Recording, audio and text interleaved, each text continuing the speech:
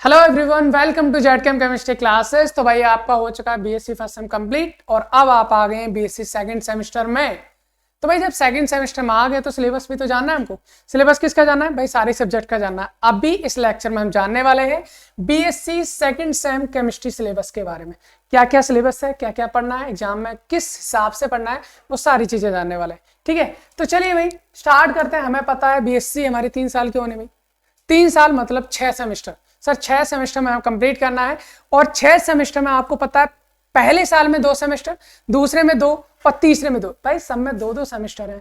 First sem आप complete कर चुके हो, सेकंड सेमेस्टर में आप आ गए हो। जब आप फर्स्ट और सेकंड दोनों सेमेस्टर कर लोगे तब आपके लिए certificate in bio organic and medicinal chemistry का मिल जाएगा। मतलब कुल मिलाकर ये है बायो ऑर्गेनिक और मेडिसिनल केमिस्ट्री का सर्टिफिकेट आपको तभी मिल सकता है जब बीएससी फर्स्ट सेम और सेकंड सेम केमिस्ट्री में आप कंप्लीट कर लोगे। जब आप बीएससी थर्ड सेम और फोर्थ सेम कंप्लीट कर लोगे तब आप डिप्लोमा मिलेगा आपको, diploma in chemical dynamics and analytical techniques. और जब आप बीएससी थर्ड ईयर कंप्लीट कर लोगे फिर आपको बैचलर डिग्री यानी कि बीएससी की डिग्री मिल जाएगी। ये चीजें मैं आपको पहले भी बता चुका हूँ, अभी हमने जान लिया है। चलिए अब हम बात करने वाले हैं बीएससी सेकंड सेम के केमिस्ट्री सिलेबस के बारे में। तो पहले तो चलिए हम जानकारी लेते हैं भाई क्या है हमारा सिलेबस। देखिए भाई यहां पर हम बात करने वाले हैं किस चीज के बारे में, थोड़ा सा इसके सिलेबस के बारे में। ठीक है ना, ठीक है। यहां पर हम बात करें, ये है हमारा फर्स्ट सेम और यहां पर हमारा सेकंड सेम। फर्स्ट सेम आपका कंप्लीट हो चुका है जिसमें आपने फंडामेंटल ऑफ केमिस्ट्री पढ़ा था। अभी आप जब सेकंड सेम में आ गए तो वहां पर आपकी जो बुक है, जो आपका पेपर है, उसका नाम है bio organic and medicinal chemistry. क्या है भाई? Bio organic and medicinal chemistry. और इसमें आपका प्रैक्टिकल है बायोकेमिकल एनालिसिस। ठीक है ना, तो ये आपको ध्यान रखना है। इसके बाद अगर हम बात करते हैं भाई, अब हमें जानना किस किस चीज के बारे में है, तो इसका सिलेबस जो है bio organic and medicinal chemistry में वो क्या है वो जान लेते हैं। ठीक है ना, तो चलिए हम यहाँ पर बात करते हैं वो क्या क्या टॉपिक हैं हमारे, उनको भी जान लेते हैं। तो वो मैंने आपको लिख रखे, इधर मैं आपको दिखा देता हूँ जरा। देखिए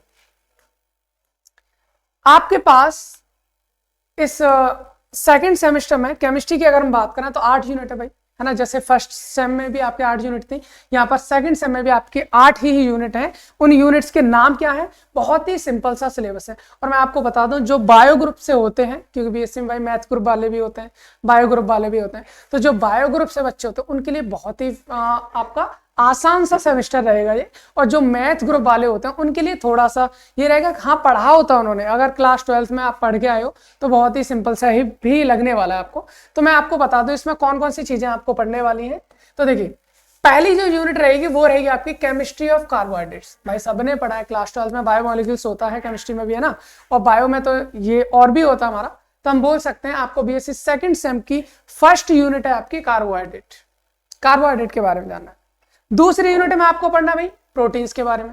तीसरी यूनिट में आपको पढ़ना है न्यूक्लिक एसिड। वाह क्या चीज है हमारे यहाँ न्यूक्लिक एसिड, मतलब डीएनए आरएनए क्या होते हैं, इन सब के बारे में जानना है। और उसके बाद जो फोर्थ यूनिट है that is introductory medicinal chemistry. भाई बहुत इंपॉर्टेंट यूनिट है, बहुत जानकारी वाली यूनिट है। मतलब क्या कहना चाह रहे हैं सर? कहना ये चाह रहे हैं हम इस यूनिट में पढ़ेंगे दवाइयों के बारे में, दवाइयाँ कैसे बनाई जाती हैं, कौन कौन सी होती हैं, किस बीमारी में कौन सी दवा दी जानी है, तो वो सारी चीजें। तो मेडिसिनल केमिस्ट्री इसके बारे में जानने वाले हैं। फिर इसके बाद आपके वही कुछ केमिस्ट्री के बेहतरीन टॉपिक जैसे कि सॉलिड स्टेट है ना, और आपका इंट्रोडक्शन टू पॉलीमर है, और पॉलीमर की मैकेनिज्म एंड काइनेटिक्स ये भी आपको दे रखा है। और लास्ट में आपको दे रखा है डाइस, यानी जो कलर्स होते हैं, डाइज होती हैं, है ना, उनके बारे में पढ़ना में, कौन कौन सी होती है, किस टाइप की होती है। तो ये सारा का सारा आपका क्या है, यूनिट्स के नाम है। आप कह रहे हो सर हमें तो डिटेल सिलेबस चाहिए, कि डिटेल मतलब कौन कौन सा होता है, तो वो भी हम जान लेते हैं कौन कौन सा होता है। ठीक है ना, तो अगर हम डिटेल सिलेबस की बात करें तो वो है हमारा ये कुछ। चलिए डिटेल सिलेबस की बात कर लेते हैं। ठीक है, ये हम पहुंच गए इधर अपने डिटेल सिलेबस पर।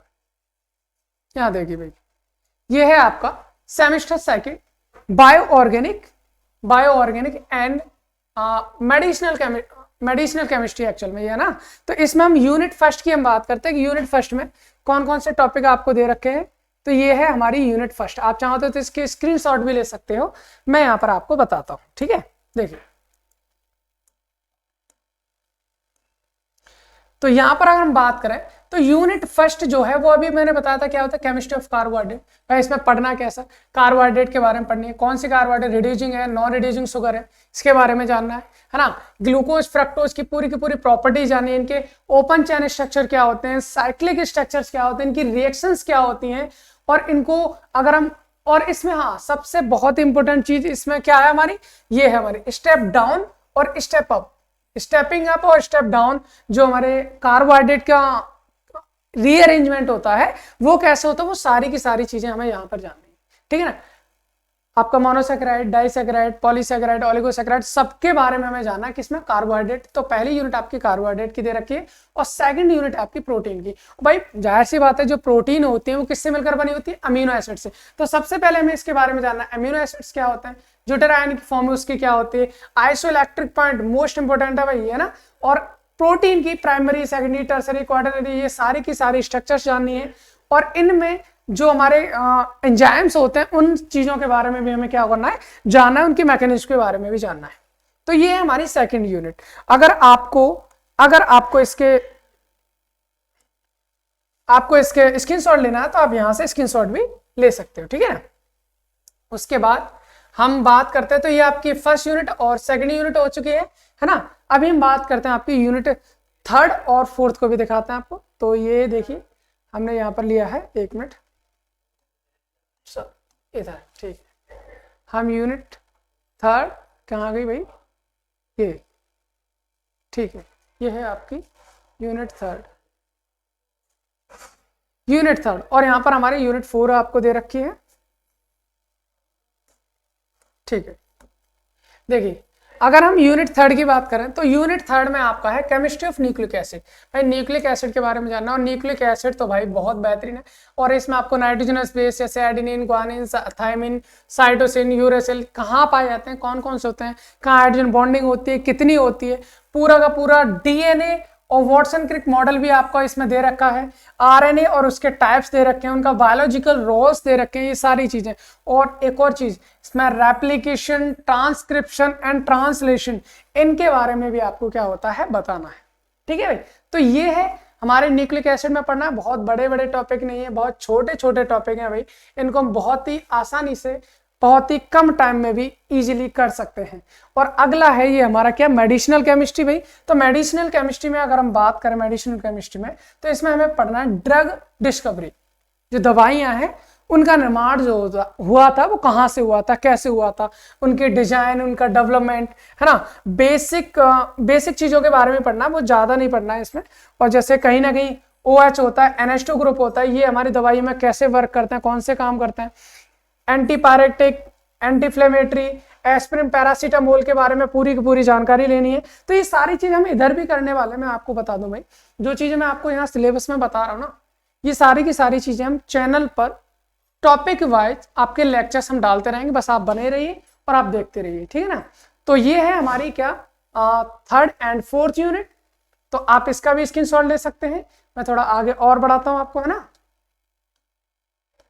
ठीक, इधर देखिए हमारा ये फोर्थ यूनिट हो गई है। अब हमारी ये फोर्थ यूनिट के बाद, फोर्थ ही ना, हाँ थर्ड फोर्थ फिफ्थ यहाँ पर, ठीक। ये unit fifth and six unit हमारी आ गई यहाँ पे। तो यूनिट फिफ्थ और सिक्स की अगर हम बात करें तो भाई ये भी आपको देख रही है। यूनिट फिफ्थ जो है बहुत ही छोटी सी यूनिट है, दैट इज सॉलिड स्टेट।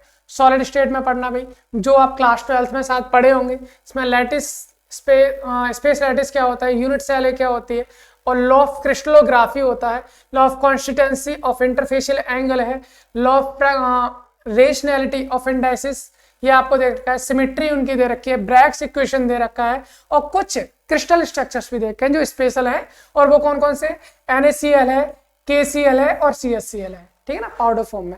तो आपके 3 आपके स्पेशल क्रिस्टल दे रखे हैं जिनके आपको क्रिस्टल लैटिस आपको जानना ही जानना है। इसके अलावा अगर पॉलीमर में बात करें भाई, मोनोमर क्या होते हैं, ओलिगोमर क्या होते हैं, पॉलीमर क्या होते हैं, इन सब के बारे में तो क्लासिफिकेशन हो गया।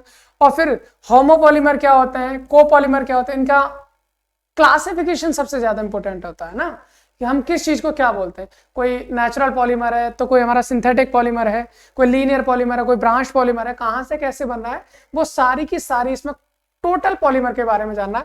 और ये सब वो सिर्फ ऑर्गेनिक पॉलीमर नहीं, इनऑर्गेनिक पॉलीमर भी इसमें मिले हुए हैं आपको, जिसमें सिलिकॉन्स, फॉस्फाजीन्स दे रखे हैं। ये आपके इनऑर्गेनिक पॉलीमर होता है ना, तो ये आपको इनऑर्गेनिक पॉलीमर भी अलग से इसमें प्रिपेयर आपको करने हैं। तो इतना है। अब इसके बाद अगर हम बात करें, इसके बाद और क्या दे रखा है भाई, अब यहां से भी आप इसके यूनिट 5 के और यूनिट 6 के फोटो आप क्लिक कर सकते हैं। इसके बाद अगर हम बात करें तो हमारे पास क्या है भाई, अगर हम बात करें तो हमारे पास अगली यूनिट हो जाएगी यूनिट 7, 8, 6, 7, 8। ओके, हाँ यहीं पर है बस, ठीक। तो ये हमारी यूनिट 6, 7 एंड 8। तो भाई यूनिट 6 में आपका पॉलीमर की मैकेनिज्म दे रखी है, काइनेटिक्स एंड, हाँ बिल्कुल ये है, kinetics and mechanism of polymerisation, इसको आपको जानना है। इसमें बहुत सारी टेक्निक्स देखिए, पॉलीमराइजेशन टेक्निक्स, यानी कि पॉलीमर आपको बनाना है तो आप कैसे बनाएंगे, कोपॉलीमराइजेशन क्या होता है, एडिशन क्या होता है, चेन ग्रोथ लेंथ क्या होती है, और इनकी मैकेनिज्म कैसे, मतलब होती कैसे ये सारी रिएक्शन, हम पॉलीमर को बनाते कैसे, तो उनके केमिकल रिएक्शंस भी आपको दे रखी है। और फिर आपको दे रखा है ये आपकी सिंथेटिक डाइज के बारे में। सिंथेटिक डाइज की बात करें तो सिंथेटिक डाइज यानी कलर और उसके कॉन्स्टिट्यूशन, इलेक्ट्रॉनिक कंसेप्ट इसका दे रखा है, क्लासिफिकेशन दे रखा है डाइज का, है ना। और इसमें कुछ डाइज हैं जो आपको स्पेशली दे रखी है, जिनके बारे में आपको पढ़ना ही पढ़ना है। और वो कौन कौन सी डाई, उनके नाम मैं आपको बता देता हूँ, क्योंकि इनको जानना ही जानना है, और कितनी ज्यादा नहीं है। जैसे फर्स्ट आपकी ये है मिथाइल ऑरेंज, ठीक है ना, फिर कॉन्गो रेड, फिर malachite green, crystal wallet, naphthalene, fluorescein और एलिजरीन एंड इंडिगो। ये आपकी कुछ डाइज हैं जो आपको स्पेशली यहाँ पर करनी ही करनी है। तो कुल मिलाकर ये हो गया भाई, हमने जो सिलेबस आपको बताया है, ये है आपकी 8 यूनिट केमिस्ट्री का सिलेबस, ठीक है भाई। अब हम यहाँ बात करते हैं अपना, देखिए हमारे पास कितनी यूनिट है भैया, हमारे पास है ये 8 यूनिट। तो यही है आपकी केमिस्ट्री सेकंड सेम का कंप्लीट सिलेबस। तो उम्मीद करता हूं आपको ये चीजें समझ में आई होंगी, और हम इनको टॉपिक वाइज और यूनिट वाइज सारे के सारे लेक्चर्स डालने वाले हैं। अब बने रहिए, देखते रहिए। Thanks for watching.